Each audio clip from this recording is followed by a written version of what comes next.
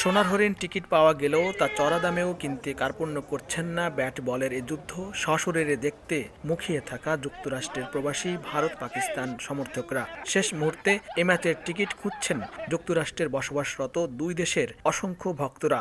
এদিকে আইসিসির official website থেকে টিকিট কিনে তা চড়া দামে রিসেল করছেন অনেকে। সংবাদ সংস্থার প্রতিবেদনে বলা হচ্ছে, দুদিন আগেও রিসেল ওয়েবসাইট স্টারহাবে একটি টিকিটের মূল্য ওঠে $25,000 বাংলাদেশি মুদ্রায়, যা প্রায় 30 লাখ টাকা। দেশটির আইন মেনেই তারা করছেন এমন রমরমা ব্যবসা।